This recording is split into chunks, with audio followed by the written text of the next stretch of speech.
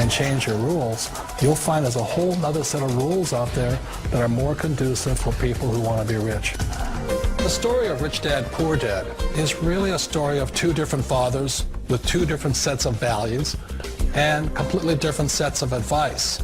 So I don't mean to insult anybody or, to damage your values, but really that was the difference. For example, my poor dad always said, go to school, get good grades, get a high-paying job, work hard, live below your means, save money, get out of debt, have a good retirement plan. And that was my poor dad's values. My rich dad said, you probably won't get rich doing that way because very few people get rich following that plan. But you thought saving money made you money. If you take a look at this 40-year run on the dollar is designed economically to lose money every single year. So why would you save something that loses money every year? And what this means for somebody on retirement plans is that after you retire, the value of your dollar goes down and your cost of living keeps going up. To my rich dad, that was bad advice and made no sense. Again, it was different value. The important diagram my rich dad showed me when I was a little boy was a diagram known as a cash flow quadrant. And the quadrant is made up of the four different people who make up the world of business. So my rich dad said, in the world of business, there's E's. And E's stand for employees. An employee, he says, you can always tell who they are by their core values. And what the employee, whether the president or the janitor of the company, will always say the same words. The words are, I'm looking for a safe, secure job with benefits. That's what makes them an employee, because their core values are security. The other one of the four is the S, or the small business owner or the self-employed. And again, their core values will cause them to use the same words, which are, if you want it done right, do it by yourself. S means they're also solo. They're generally one-person act, or they operate by themselves. On the right side of the quadrant are the B's. And what Rich Dad said the B stood for was big business, or like Bill Gates.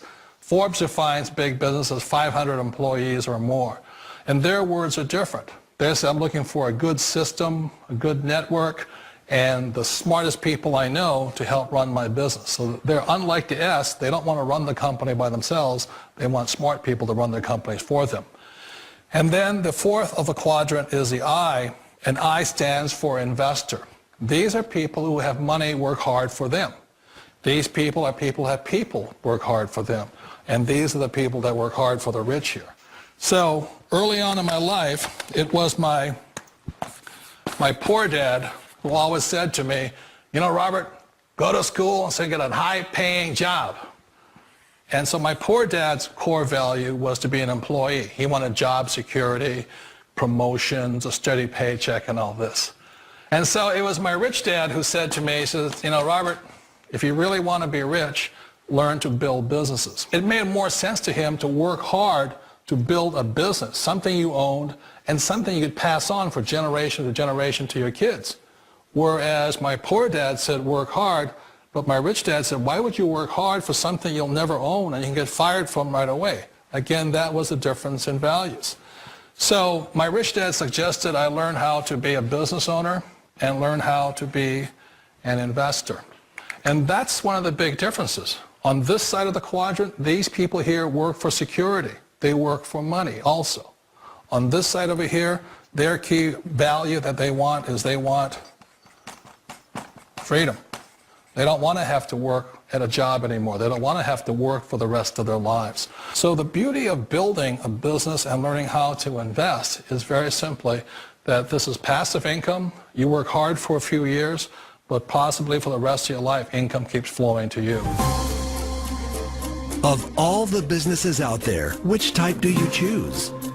One of the reasons I consider a direct selling business a perfect business is very simply because the company will work with you to get the business skills that make you rich. Always remember that it's not money that makes you rich, it's business skills. And that's why it's a perfect business. They'll take as long as you like to get the skills to make the money. And that's a lifetime skill thing. The other part about it is the low startup costs. Where else can you get in for under $500 and get these skills? For people who want to make the shift over to the B quadrant, which is what I would recommend for people, One of the beauties of a network marketing company is that you can do that for a very low price. And that's why I talk to people about considering network marketing.